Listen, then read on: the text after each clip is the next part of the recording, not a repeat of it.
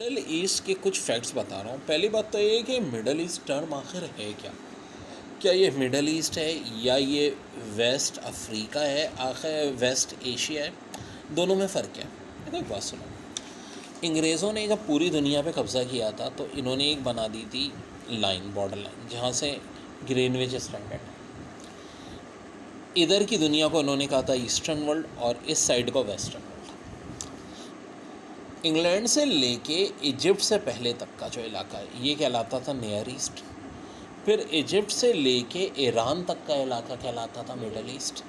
फिर पाकिस्तान अफ़गानिस्तान से आगे पूरा जितना एशिया है वो कहलाता था फॉर ईस्ट। ये टर्म्स किसकी दी हुई है? अंग्रेज़ों की दी हुई है। वैसे जो ये मिडल ईस्ट के बजाय असल टर्म जो है वेस्ट एशिया। लेकिन क्या मिडल ईस्ट वेस्ट एशिया एक ही बात है? देखो थोड़ा फ़र्क है। इजिप्ट ज़ाहिर है वेस्ट एशिया में नहीं आता, लेकिन मिडल ईस्ट में आता है। तुर्की जो है ज़ाहिर है वो मेजर पार्ट तो एशिया में ही है, वेस्ट एशिया में ही आता है, मिडल ईस्ट में भी आता है। यानी इजिप्ट एक वाहिद कंट्री हो गई जिसे हम मिडल ईस्ट में काउंट करेंगे लेकिन वेस्ट एशिया में नहीं करेंगे, बाकी सब कुछ सेम है। और वेस्ट एशिया की 3 कंट्रीज़ ऐसी हैं जिन्हें हम वेस्ट एशिया में तो काउंट करते हैं, मिडल ईस्ट में नहीं करते हैं। वो 3 कौन कौन सी हैं? ये बड़ी अहम बात है। ये साउथ कोसाकस जो माउंटेन रीजन है यहाँ पे, अज़रबैजान, आर्मीनिया और जॉर्जिया, ये तीनों वेस्ट एशिया में तो आती हैं क्योंकि ये बिल्कुल यूरोप के बॉर्डर पे, कुछ पार्ट यूरोप में भी इनका आ ही जाता है, लेकिन मिडल ईस्ट में इनको काउंट नहीं किया जाता। तो वो 3 कंट्रीज़ जो वेस्ट एशिया में हो और मिडल ईस्ट में नहीं काउंट होती, अज़रबैजान, आर्मीनिया और जॉर्जिया, ये साउथ कोसाकस है। इसके नॉर्थ में आता है नॉर्थ कोसाकस, कोकाफ, जिसका बार बार मैं जिक्र करता हूँ। कोकाफ समेत 7 मुसलमान कंट्रीज़ जो है वो नॉर्थ कोसाकस में, लेकिन उन पे कब्ज़ा किसका है? रशियन फेडरेशन का। कोकाफ जिसका मौजूदा दौर में नाम है चेचनिया, पाकिस्तान, तातारिस्तान। अब आज मिडल ईस्ट की बात कर लें। जो 60% पॉपुलेशन है वो अंडर 25 एज है। टॉलेस्ट बिल्डिंग बुर्ज खलीफा है 2717 फीट दुबई में। Second largest building Royal Clock Tower Mecca है कि जनाब। मिडल ईस्ट में जो सबसे बड़ी ऑयल फील्ड है वो गौवर ऑयल फील्ड है सऊदी अरब में। सबसे पहले पेट्रोल कहाँ डिस्कवर हुआ था? ईरान में 1908 में। लेकिन जो एरिया लैंड फॉर्मेबल है वो बहुत कम है क्योंकि ज़्यादातर डेजर्ट है यहाँ पे, 4.3। और जो सबसे हाईएस्ट जीडीपी है कतर की है। जीडीपी यानी क्रॉस डोमेस्टिक प्रोडक्ट, एक जीएनपी अलग होती है, क्रॉस नेशनल प्रोडक्ट।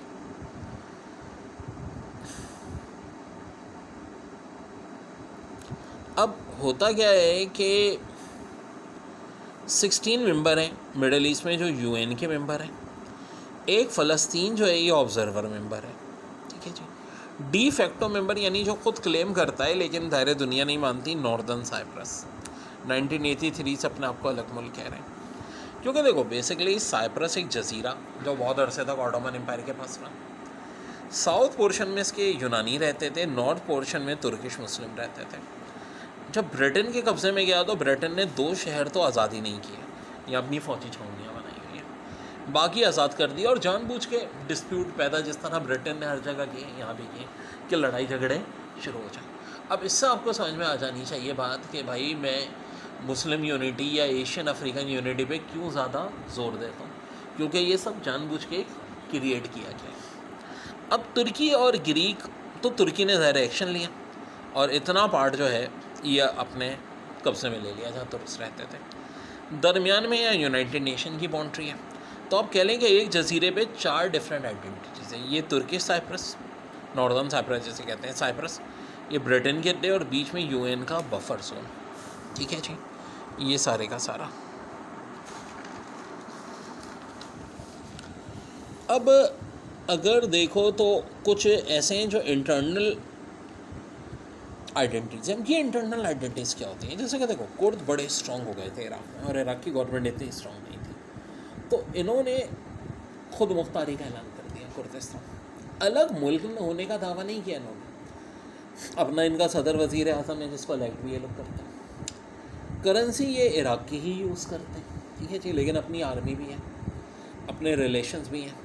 देखो तो आप कह सकते हैं कि खुद मुख्तार आइडेंटिटी। ऐसे ही रोज हुआ सीरियन सिविल वॉर में, ये भी कुर्दिश का इलाका है, ठीक है। यहाँ के कुर्द ने भी अपना क्या कर लिए, अपनी डिफरेंट सेपरेट आइडेंटिटी बनाई हुई। अब जो 4 ऑक्यूपाइड आइडेंटिटीज़ हैं जिन पे इसराइल ने कब्ज़ा किया हुआ है, ईस्ट यरूशलेम, वेस्ट बैंक, यहाँ PLO की हुकूमत है लेकिन कब्ज़ा इसराइल का है। गाज़ा स्ट्रिप जहाँ हमास है, और गोलान हाइट बेसिकली सीरिया का पार्ट था। और अगर सिटीज़ की बात करें तो सबसे बड़ा शहर इस्तांबुल, कुस्तुनतुनिया, जिसकी फ़तह की नबी पाक सल्लल्लाहु अलैहि वसल्लम ने जन्नत की बशारत भी दी थी। और ये ट्रांस कॉन्टिनेंट सिटी है, बड़ी अहम बात है। 2 डिफरेंट कॉन्टिनेंट्स में वाहिद सिटी जो है वो कौन सा, ट्रांस कॉन्टिनेंट कंट्रीज़ तो बहुत सारी हैं लेकिन ट्रांस कॉन्टिनेंट सिटी जो है वो इस्तांबुल है। फिर काहिरा आता है इजिप्ट का, फिर तेहरान ईरान का जो कैपिटल्स है। देखो बाकी सारे कैपिटल्स यहाँ आ रहे हैं। बगदाद जो है इराक़ का कैपिटल है, रियाद सऊदी अरब का कैपिटल है, अनकरा जो है वो तुर्की का कैपिटल है। लेकिन जो लार्जेस्ट सिटी है मिडल ईस्ट का, इस्तांबुल, वो कैपिटल नहीं है इस वक्त। जुदाइज़्म ज़ाहिर है ये यहूदी मज़हब के मानने वालों को कहते हैं। तो मुस्लिम, क्रिश्चन और जुदाइज़्म तीनों इब्राहिमिक रिलीजन कहलाते हैं। 60 लैंग्वेजेस बोली जाती हैं यहाँ पे, लेकिन ज़ाहिर है सबसे ज़्यादा अरबिक बोली जाती है। सबसे ज़्यादा पॉपुलेटेड कंट्री इजिप्ट, फिर तुर्की, फिर ईरान। एरिया वाइज सबसे बड़ा मुल्क सऊदी अरब है। एथनिक पॉपुलेशन में अरब के बाद तुर्क आते हैं, फिर पर्शियन ईरानी आते हैं, फिर कुर्स आते हैं। और यहाँ जो सबसे बड़ा दीवर तो नाइल है, फिर उसके बाद तुक्रिस और यूफ्रेट्स जो बड़े इंपॉर्टेंट रिवर हैं। तिक्रीस और यूफ्रेट दोनों स्टार्ट होते हैं तुर्की से, फिर सीरिया, फिर इराक़ में मर्ज होके गल्फ सी में गिरते हैं। तो ये दोनों को बहुत कदीम में दरियाओं में इनका शुमार होता है।